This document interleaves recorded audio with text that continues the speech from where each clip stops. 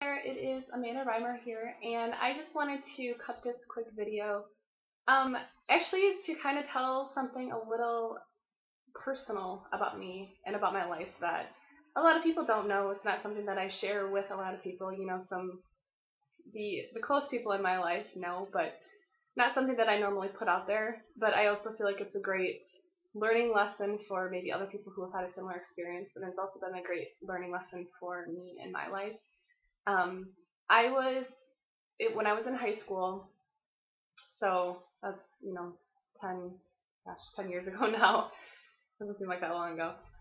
When I was in high school, my junior to my junior and senior year, I actually was in a relationship with a guy, and it was from the start. It was a very volatile relationship with ups and downs, and I was constantly crying for whatever reason. I don't even know what in high school you have to cry about.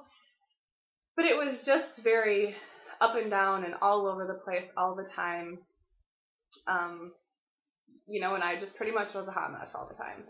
And this was that way from the start. I was in the relationship for about a year, and I don't. I think it was probably about 8 to 9 months into the relationship. It was always a very emotionally draining relationship and emotionally abusive. As I said, I cried a lot, and there was constant highs, constant lows, and one day it was I love you, and the next day it was I hate you, and then I'd be crying, and then you'd get flowers, all over the place.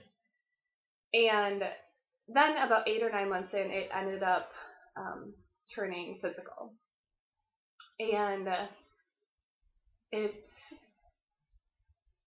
I never saw it coming, of course, because you're in that situation and you don't think that anything's wrong, or even if you do see it, um, you somehow justify that it's normal, which is so silly, but that's how it works.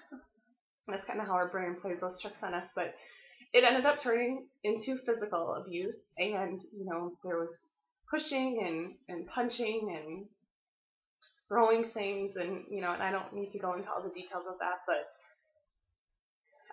it was just also something that at the time it seems so crazy, because looking back now, I'm like, how in the heck did I ever put up with something like that?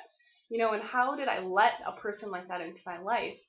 But at the same time, you hear people maybe talk about abusive relationships, and how you keep going back, and people kind of make jokes of it to say like, oh, the abusive wife that keeps going back, that you keep going back for more type of thing. But you are just in this different state of mind, and like me, I always thought didn't think it was okay. I knew that it was wrong, but I always thought it was going to get better. I thought he was always going to change, or that I was changing him was probably the biggest thing, was that it was going to change, it was going to get better, it wasn't going to happen again. The constant ups and downs and crying and happy one day and not happy the next, that was just going to change the next day, which of course it never did. And eventually I just left for college, which was great. And there were still some struggles that year in college, but basically had gotten to a point where I am so grateful that my mom actually showed up at my dorm room and said, look, why you're still talking to this guy? Basically that I was going to be cut off. They weren't going to help me financially anymore if I didn't leave it behind me. And from that day forward, I left it behind me. Just having the actual space of being a couple hours away made a huge difference, but I actually had made a decision that I was going to be done with that. And it was put behind me, and I was never going there ever again. And, 10 years later, it's not something I think about daily. Actually, I don't really think about it that often at all. And sometimes it ends up coming when I'm getting to know someone, or, close friends and family. Maybe sometimes it comes up, but it's not something that's a large part of my life anymore that I talk about, but it's something that's a part of my life that has made me who I am. It has made me the strong, independent person that I am today, because I learned so much from that. I never would wish that upon anyone at any age, but at the same time, I don't regret any of those experiences I had.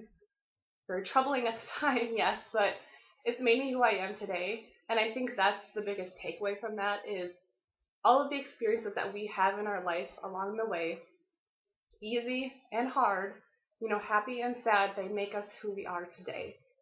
And I am very grateful for that because I wouldn't be who the person I am today had I not had that experience. So I hope that you enjoyed my story, and I will see you on the next video.